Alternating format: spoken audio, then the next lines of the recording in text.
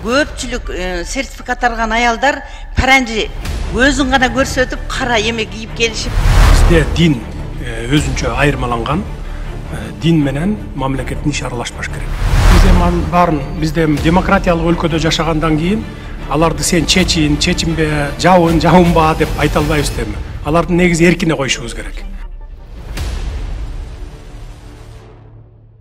Бисмиллахир-рахманир-рахим. Алхамдулиллах вассалату вассаламу аля расулиллах. Амма баъд. Азыркы учурда уяттуулуктун негизинде жүзүн жаап, ыймандуулуктун негизинде Аллахтын өкүмүн аткарып жаткан эже карындаштарыбызга түрдүү сын тагуулар, сын пикирлер айтылып жатат. Ошентсе да мен сиздерди урматтуу ажообуз Садыр Нуркожоевичтин айткан сөздөрүнө маани берип, бул сөздөрдөн үлгү алып кетүүгө чакырат элем. Албетте бул өз тарыхын жакшы билген, мыйзамды сыйлаган, ыймандуу ата-эненин тарбиясын көргөн адамдын айткан сөздөрү. Аллах Таала ажообузду өзү колдоп, туура жолдон тайдырбасын. Кыргыз Республикасы эгемендүү демократиялык өлкө болгондуктан ар бир жарандын укугу сакталуусу керек.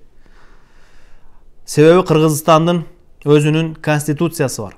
Мына ошол конституциянын 2 бөлүмүндө ачыктап айтканда адамдын жана жарандын укуктары, эркиндиктери жана милдеттери боюнча баяндалган бөлүмдүн 1 главасында жалпы принциптер боюнча 23 берененин 3 пунктунда мындай деп баяндалган: адамдын жана жарандын укуктарын жана эркиндиктерин чектеген мыйзам алдындагы ченемдик укуктук актыларды кабыл алууга тыюу салынат.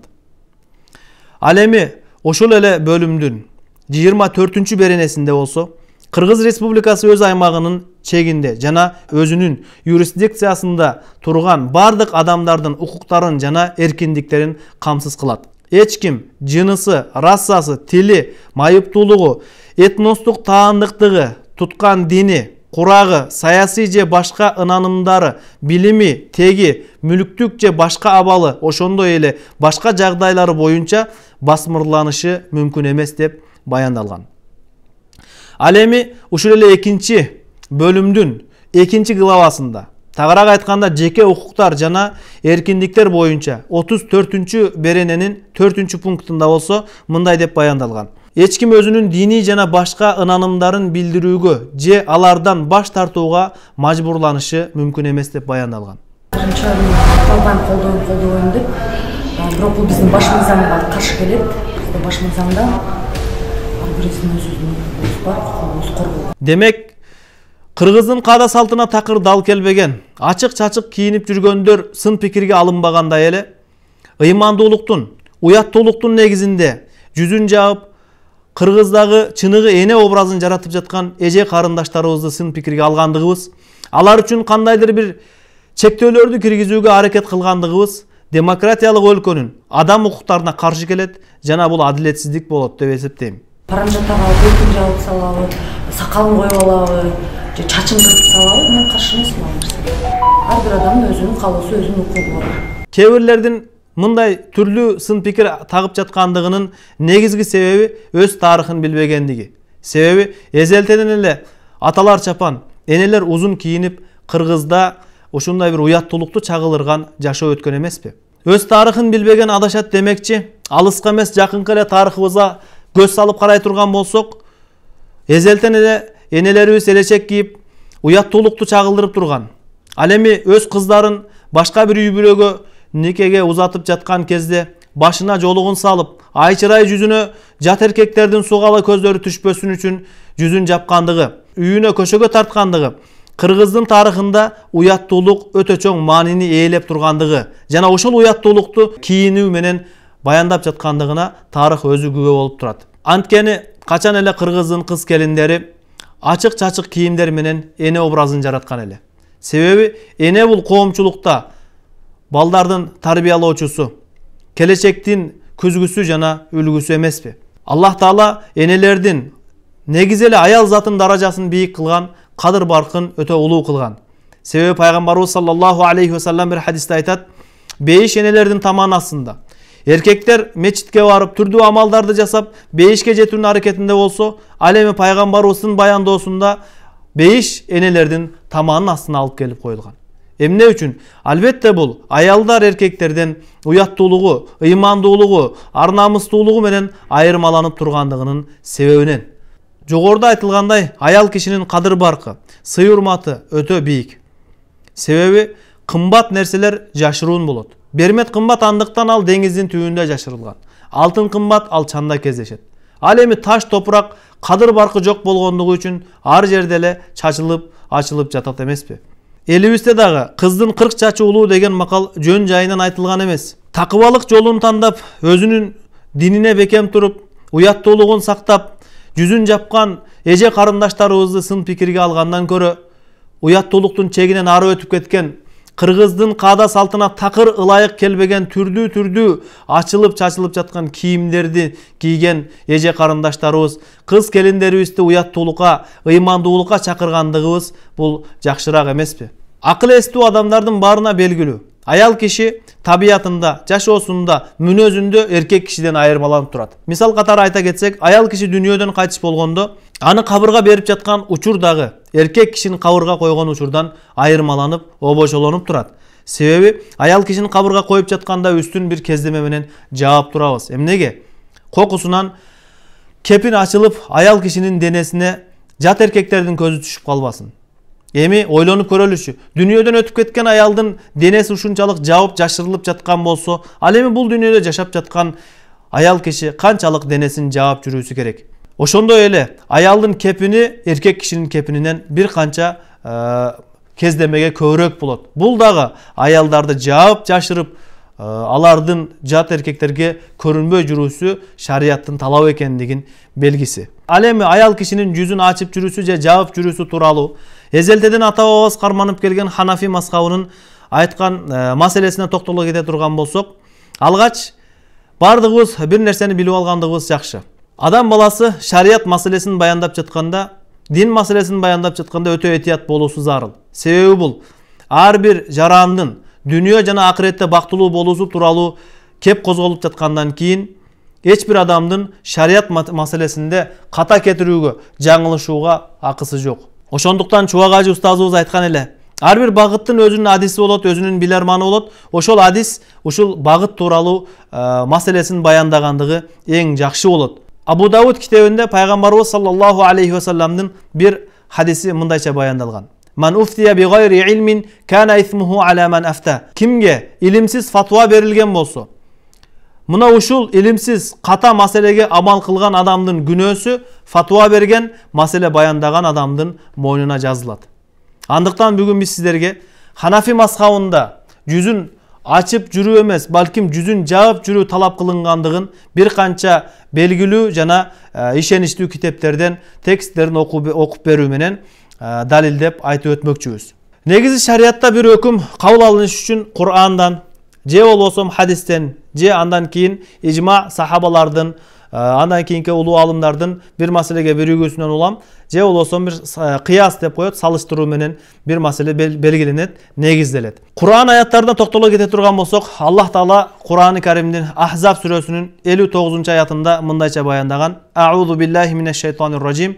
Ya ayyuhan nabi qul li azwajika wa banatika wa nisa'il mu'minina yudnina alayhinna min jalabibihinna. Ey пайгамбар, жубайларыңа жана кыздарыңа, ошондой эле ыймандуулардын аялдарына айтып койгонуң. Айткының алар үстүңкү кийимдерин өздөрүнө жакын кылсын. Бул аяттын ачыктамасында муфассирлер мындайча баяндашат: албетте бул аятта жүздөрүн жабууга буйрулуп жатат дейт. Демек, аял кишинин жүзүн жаап жүрүүсү бул Курандын талабы. Ал эми хадиске келе турган болсок, пайгамбарыбыз саллаллаху алейхи ва салламдын жубайларынын бириси Айша радыйаллаху анха айтат: биз ажылыкка жөнөдүк. Пайгамбарыбыз менен ажылыкка жөнөп баратканыбызда жүзүбүз ачык эле. Качан биздин алдыбыздан төөчөндөр, атчандар өтүп калса, жат эркектер өтсө, биздин бардыгыбыз жүзүбүздү жаап алчу элек дейт. Пайгамбарыбыз саллаллаху алейхи ва салламдын жубайлары жалпы момун мусулмандардын аялдарына үлгү. Пайгамбарыбыздын аялдары жүзүн жаап жүргөн, жүздөрүн эч кимге көргөзгөн эмес. Мына ушул нерсе бизге далил болот. Демек, ислам дининде жүзүн жаап жүрүү талап кылынат. Кээ бирлердин айтуусу боюнча бул салтка байланыштуу дейт. Албетте бул салтка байланыштуу эмес. Себеби Barыбызга белгилүү, пайгамбарыбыз саллаллаху алейхи ва саллам келгенге чейин араб элдери жада калса Каабаны жалаңач таваф кылган күндөр дагы өткөн. Бул албетте динсиздиктен улам болгон. Ал эми пайгамбарыбыз келип, ыймандуулук, уяттуулук менен элдерди тарбия кылды. Ошонун натыйжасында аялдар жүзүн жаап жүрүүнү үйрөнүштү. Ханафи мазхабында белгилүү алымдардын бириси Хатамул Мухаккикин, маселени иликтеп чыгуучу, тактап чыгуучулардын мөөрү болуп эсептелген Ибн Абидин рахматуллахи алейхинин фатва китеби Раддул Мухтар китебинде аял киши жүзүн жаап жүрүүгө буйрулгандыгы тууралуу мындай деп баяндалат. Раддул Мухтар китебинин 2 тому 79 бетинде мындай деп баяндалган. وَتُمْنَعُ الْمَرْأَةُ الشَّابَّةُ مِنْ كَشْفِ الْوَجْهِ بَيْنَ الرِّجَالِ لَا لِأَنَّهُ عَوْرَةٌ بَلْ لِخَوْفِ الْفِتْنَةِ كَمَسِّهِ.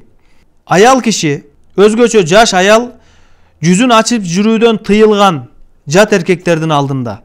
Жүзү аврат болгондугу үчүн эмес, фитна коркунучунан улам. Фитна дегендин маанисин Аллама Ибн Абидин рахматуллахи алейхи айтат: "Ай ал-фужуру биха", ошол аялга кандайдыр бир жат көрүнүш болуп кетүүдөн сактаныш үчүн деп баяндаган. Wal ma'na, munun manisi tumna'u minal kashfi li khawfi ayyara ar-rijalu wajhaha fataqa al-fitnatu. Бул сөзүн манisi аял киши жүзүн ачып жүрүүдөн тыйылгандыгы, элдер анын жүзүн, ай чырай жүзүн көрүп алып, анан бир фитнага кабылып калуудан сактаныш үчүн деп баяндап кеткен. Демек бул айтылган сөздөрдөн аял киши жүзүн жаап жүрүүсү Ханафи мазхабынын талабы. Ал эми андан кийинки китебибиз Бахру Райык китеби. Бул китеп Канзу Дакайык китебине шарх катары жазылган жана бул фатва китептердин бириси болуп саналат. Бул китепти жазган Ибн Нужайм рахматуллахи алейхи дагы сөзү өтүмдүү улуу Ханафи алымдардын бириси. Бахру Райык китебинин 2 томунда 470 бетте мындай деп баяндайт. Qala mashaykhuna tumna'u al-mar'atu ash-shabbatu min kashfi wajhiha bayna ar-rijali fi zamanina lil-fitnati.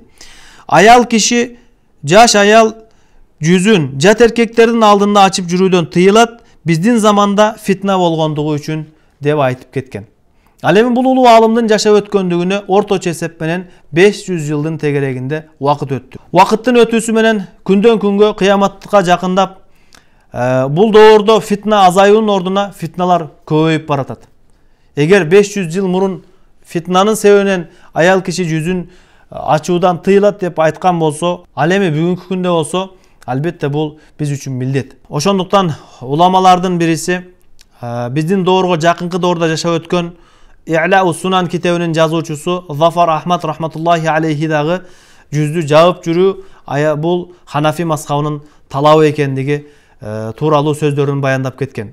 Ал эми I'la'u Sunan китеби тууралуу айта кетсек, Чубак ажы устазыбыз өзүнүн китепканасын тааныштырып жатканда, бул I'la'u Sunan китеби Ханафи мазхабында айтылган маселелерди хадистер менен тактап, аныктап, баяндоодо башка китептерди өз алдына өткөзбөгөн улуу бир өтө маанилүү китептердин бириси деп айтып өткөн. Ошондуктан сөзүбүздүн акырында уяттуулуктун негизинде жүзүн жаап жүргөн эже карындаштарыбыздан өтүнүч ушул нерсе: кийинүүдө элдердин көңүлүн өзүбүзгө тарта тургандай эмес, балким ошондой эле элдерде кандайдыр бир коркунуч пайда кыла тургандай дагы эмес, орточолук менен кийингендигибиз бул эң жакшы нерсе. Жана бул аткарып жаткан ишибиз Аллахтын өкүмүнө, пайгамбарыбыз саллаллаху алейхи ва салламдын сүннөтүнө жана эзелтеден ата бабабыз карманып келген Ханафи мазхабына, ошондой эле кыргыз элинин салтына дагы ылайык экендигин дагы бир жолу баса белгилеп айтып өтөбүз.